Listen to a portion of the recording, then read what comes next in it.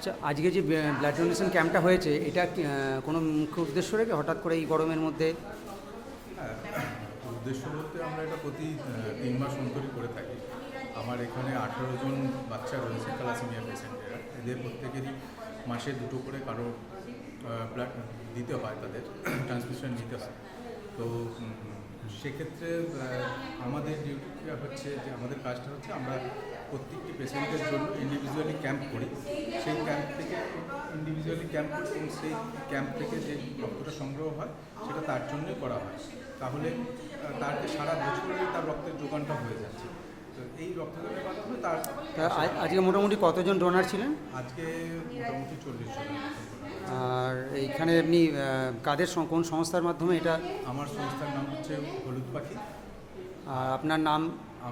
আমার নাম সৌমভ সরকার, আমি হলুদ পাখির ফাউন্ডার মেম্বার। আর এমনি মোটামুটি আপনি নিজেও তো এখানে বোধহয় রক্ত দেন? হ্যাঁ, মোটামুটি কতবার দেওয়া হয়েছে? আজকে নিয়ে আমার 54 বার দেওয়া হবে। ভালো, ধন্যবাদ।